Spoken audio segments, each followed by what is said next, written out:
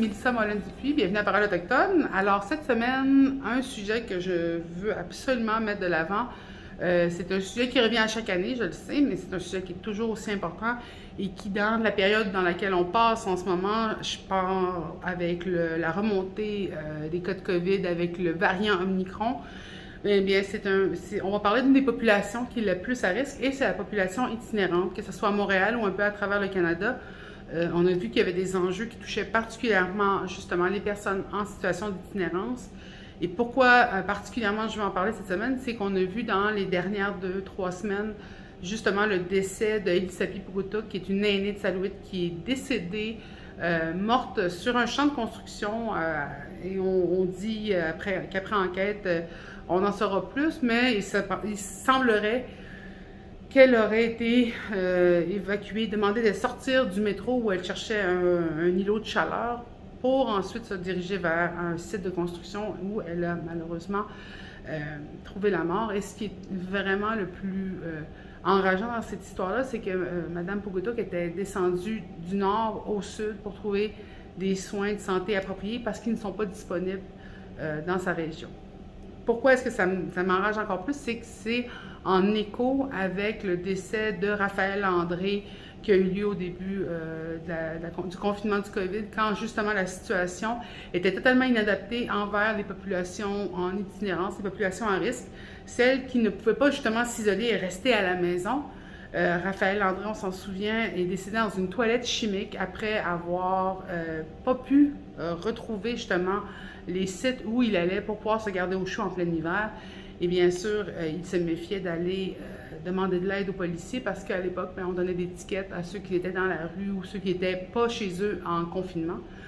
Donc, toutes ces situations-là me rappellent constamment que non seulement déjà dans une situation normale qui n'est pas une situation de pandémie mondiale, les communautés qui sont dans des situations d'itinérance sont à risque, sont en danger, mais on rajoute un poids quand on rajoute justement toute la situation du COVID. Je sais que la situation du confinement a été allégée pour les populations qui sont en situation d'itinérance.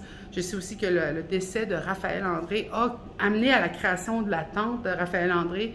Beaucoup plus de services ont eu une présence au Square Cabot, un lieu qui est justement très fréquenté par la population itinérante de Montréal.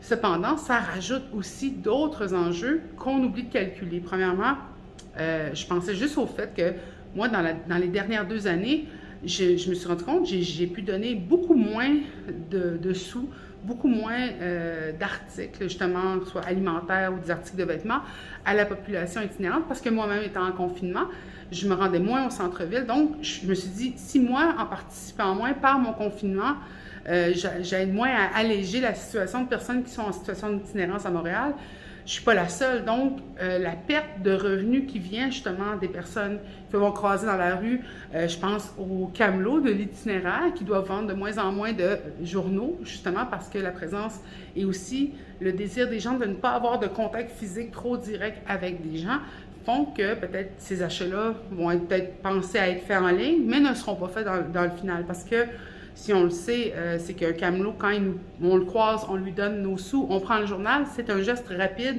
et ça nous permet justement d'encourager un médium comme l'itinéraire qui, après ça, donne des services. Justement, je pense au Square Cabot, je pense au Roundhouse Café, la café de la Maison Ronde qui est au Square Cabot, et toutes sortes d'autres services qui, eux autres aussi, bénéficient beaucoup des contacts en direct avec les gens.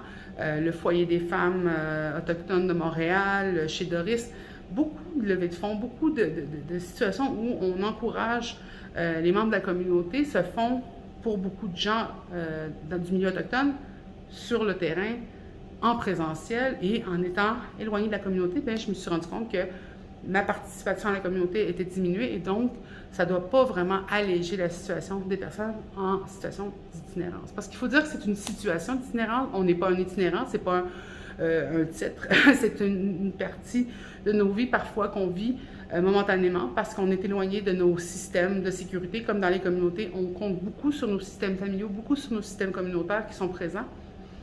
Et c'est d'ailleurs quelque chose qui avait vraiment marqué mon cœur et mon imaginaire, c'est que j'ai mon chef qui avait partagé les paroles du père de Raphaël Landré qui disait J'aurais jamais cru que mon fils, en allant à Montréal, un endroit où il y a autant de bâtiments, qu'il pourrait mourir de froid. Et c'est vraiment marquant parce que chez les Inuits, la tente est un lieu où on va partager l'espace avec les gens. Si quelqu'un a froid, si quelqu'un a faim, il y a toujours de l'espace dans une tente pour accueillir quelqu'un. Et s'il n'y en a pas, on va en faire. S'il n'y a pas assez à manger, on va le partager pareil parce que demain, cette personne-là va nous aider après. Donc, le système n'est pas fait pour créer l'itinérance, n'est pas fait pour même donner un titre à quelqu'un qui arrive dans ta tente, qui est un itinérant, qui n'a pas de maison fixe. Donc, vous comprendrez que l'itinérance, c'est un truc qui a été inventé. Donc, pour aider justement les personnes en situation, n'hésitez pas à donner à des organismes, n'hésitez pas à donner justement à tous les organismes que je viens de nommer, parce que c'est une des périodes les plus fragiles pour eux. D'ailleurs, en étant éloignés des familles pendant le temps des fêtes, ça peut être encore plus difficile de passer à travers des situations comme ça, et des services qui sont offerts par les centres d'amitié autochtones, par exemple, par les services que je vous ai parlé, des foyers de femmes, d'itinéraires, tout ça, vont aider ces personnes-là à pouvoir trouver la porte de sortie d'une situation qu'ils n'ont pas choisie ou des fois qu'elles ont été un peu bousculées vers. Donc, je vous dis tout de suite, ayez du cœur, partagez, intéressez-vous justement à ces organismes-là. Comme ça, on peut supporter la communauté avec un filet, comme les communautés ont toujours eu le plaisir de le faire pour les autres. Alors, je vous souhaite une belle semaine, un bon temps des fêtes.